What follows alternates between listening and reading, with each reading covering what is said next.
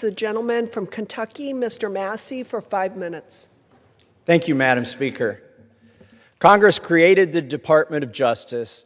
Congress funds the Department of Justice, and Congress is responsible for the oversight of the Department of Justice. When will we see justice?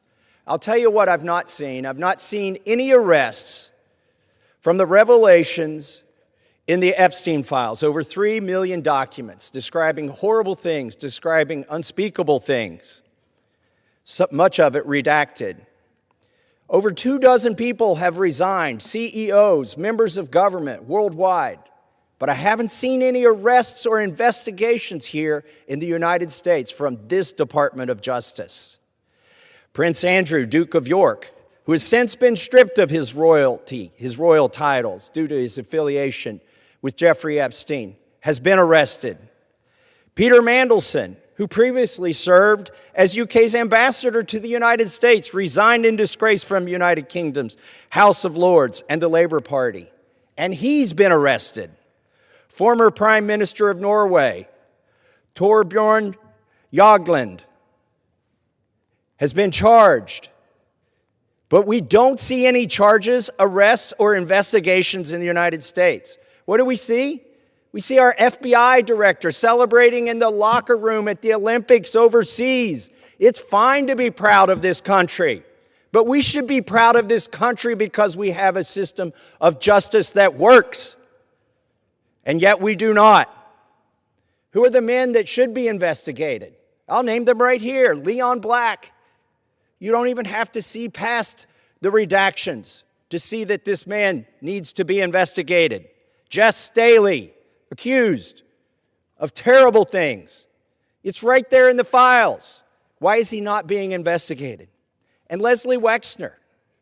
Why did the FBI list him as a co-conspirator in their own documents in a child sex trafficking case and then tell him, according to him, that they had no questions for him? Why is that? Well, the Epstein Files Transparency Act requires the DOJ and the FBI to disclose to us their internal memos and emails about how they made those decisions, whether to prosecute or not prosecute. Yet they have not delivered those memos.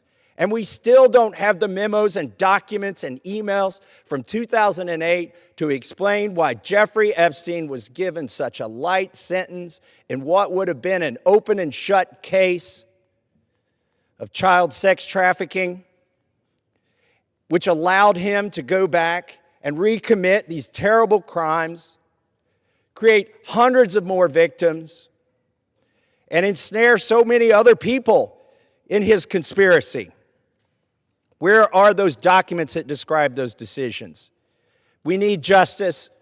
We want the Department of Justice to get to work, and that's what they need to do now. Madam Speaker, I rise today to let the American people know that this government is under siege. All 3 branches of this government is under siege by lobbyists and lawyers from a German company named Bayer. They spent over $9 million lobbying the executive branch and the legislative branch so that they don't have to be liable for any damages that their herbicide causes, otherwise known as Roundup. And they're having some success. Now, they haven't had any success yet in this chamber to get that immunity. They've had some success in the state legislatures, which are also under siege, to get this immunity from liability.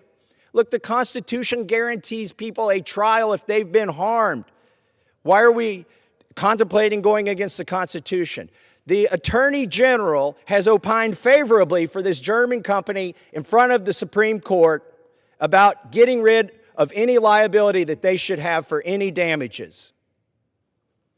And the most recent thing that we've seen, the executive branch. By the way, the President's Chief of Staff and the President's Attorney General worked for one of the biggest lobbying firms that's received hundreds of thousands, millions of dollars from Bayer.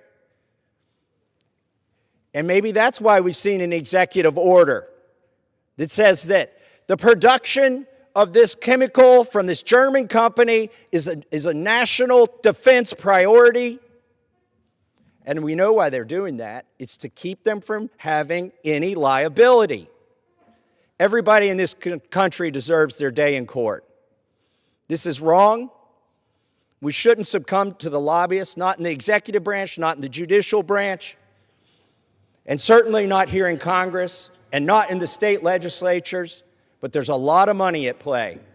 And I implore my colleagues to resist it and do not give them immunity. And I yield back. The chair recognizes the woman from Minnesota, Ms. Morrison, for 5 minutes.